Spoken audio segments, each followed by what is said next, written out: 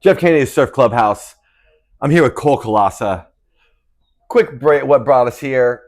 I started surfing back in 6th grade. 4th grade, I started skateboarding back in St. Cloud. Lived at the end of a cul-de-sac. We lived where there was like plywood before particle board. A lot of ramps up until the days I broke my arm. Ended up coming to the beach a lot, going to natural art.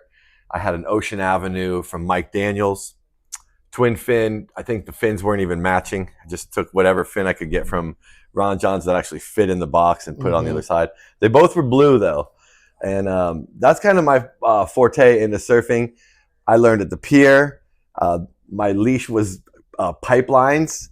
And I remember my dad was like, I'll rebuild it for you. So we did that out of like Tygon tubing, shrunk wrapped the ends and all this stuff. And I snapped it the first time I was back out there. And so you're from Brooksville?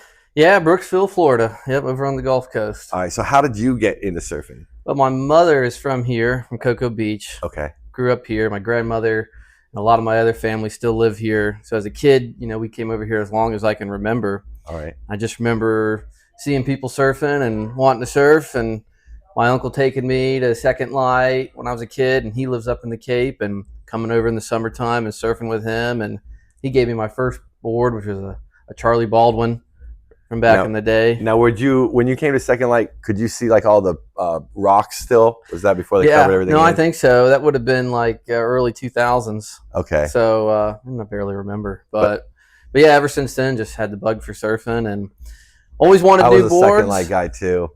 That was like my favorite wave. Oh yeah. That flagpole left. Yep. Yeah. I never really surfed south of the traffic light. I always felt like that was the sharky end. Sure. And now like that's like the spot to go there. It's still fun. I don't see a lot of people there all the time, but it's still fun. Okay, we won't tell anyone else that. I haven't surfed there in a long time, so it's not that good. I don't know. It's going to get good. We're going to bring back surfing to Cocoa Beach, and that's more importantly why we're here today. So what was your first board you had? It was a Charlie Baldwin. It was a fun shape, 7.2 thruster, all beat up. And I think from then I started getting used quiet flights and stuff, but I never got a new board until I started working in building surfboards. All right. And so like, were you like a weekend warrior, or were you like... we'd come over as much as I could, skip school. And as soon as I had buddies that could drive, we'd drive over here. And that's kind of the Gulf Coast bug, people over there are pretty diehard, and they'd come over here and we'd come over for anything, and now what are you doing when you're back in Brooksville then? Oh, I was just growing up there in the country, fishing and hunting and spending time in the woods there. And it's a great place to be. I still go over there all the time and still have a lot of family there. What's it like most notable for?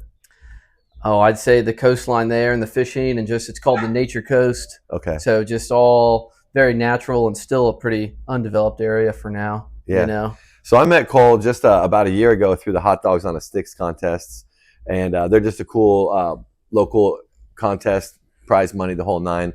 We're gonna do more contests here in the future, hopefully. But right now, we're just literally trying to bring surfing back to the surf capital of the USA, Cocoa Beach, Florida. Cole's a one and doneer, meaning like he does every part of the board, meaning shapes, templates, glassing, lamination, and he's got 4 new boards to show us today. Hang tight. We're going to see those right now.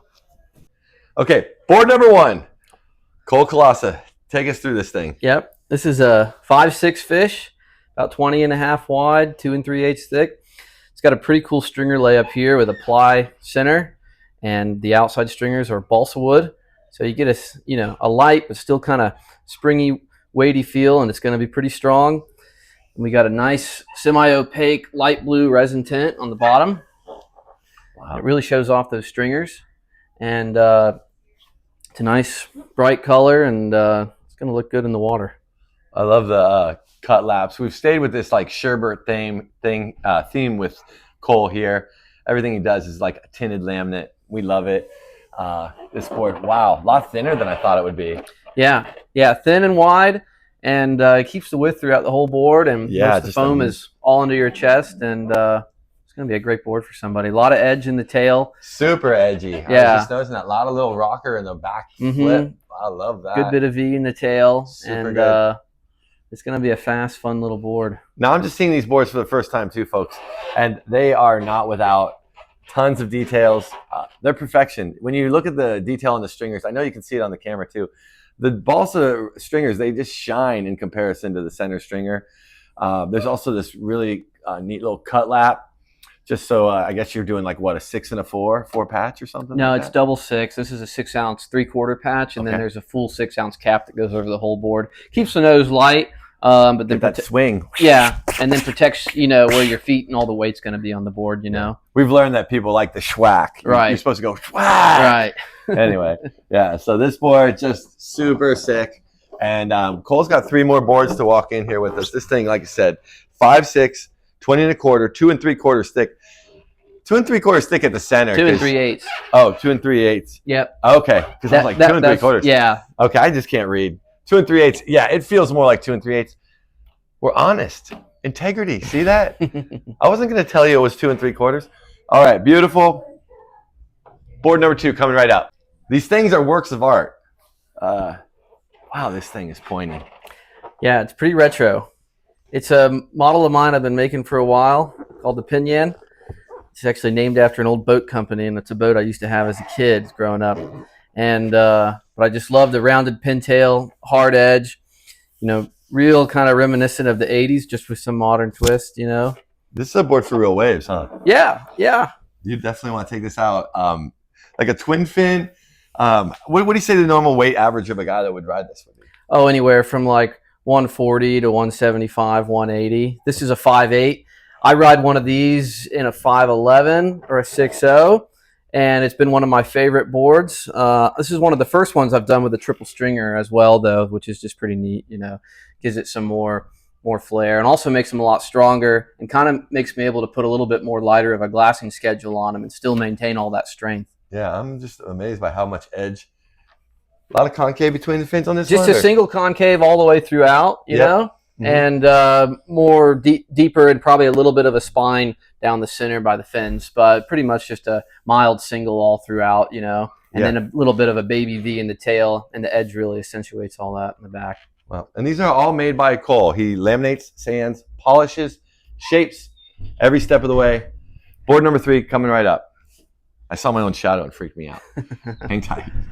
These things are so beautiful. Yep, this is the Mini PC, which is Mini Powercraft. So it's a small version of a longboard that I make, and it's just kind of condensed and compressed into a smaller package. This one's 6.0. It's a twin fin. Oh yeah. And it's real interesting. I keep a lot of foam in the nose, so it's really easy to get into waves on it, but it's just got a little bit of nose rocker and accelerated out through the tail with just a single to double concave. And again, same as a lot of my other boards, a lot of edge that carries in front of the fins. This is just a fun do-it-all kind of board. Yeah, these are so different than the other boards you brought in here too. I mean, as far as like laminating and so on, they're the same, but completely different shapes. Yeah, totally different shapes. This is stuff that I used to make a lot more of, and then got into building longboards for a long time. So it's kind of fun to bring back a lot of these smaller shapes I used to ride and really got to experiment with when I was younger. And so I'd like to keep making more of these for people. These things are going to fly. And if you're ready to change up your surfing, try something new, we got you at the Surf Club Haus. Board number 4 coming your way.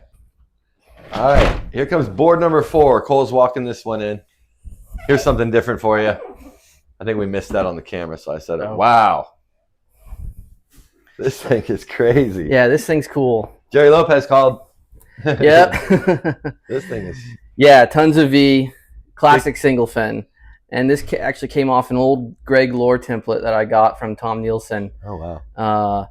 And it's just, I've ridden some similar models to it, but this one is just something I decided to revisit and shape and do this cool kind of fiery, acid splash bottom on it.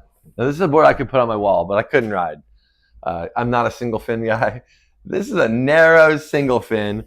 It's got a lot going on in it too, though. Hard edge. Yeah, hard edge. It's very reminiscent of the older boards. You use the edge on this thing. Hard edge and down rail. Yeah. And but there's just V all throughout the board. I mean, it'll turn on a dime and keep you in the pocket. Definitely something for a bigger day around here. Big day at Playa Linda. What? Or something. But yeah, and it's a yellow deck. Oh, this is crazy. So good looking, right? You don't see boards in surf shops like this anymore. These are all hand-shaped, handmade. Now we have a couple guys like this. We can show you more of these boards. You can check them out on my channel. Cole, thanks so much for your time. For sure. More to come. Give us a like and subscribe. Thanks, guys. We're bringing back real surfboards and even telling you all the important stuff you don't need to know about us. Thanks for watching. See you next time. Thanks.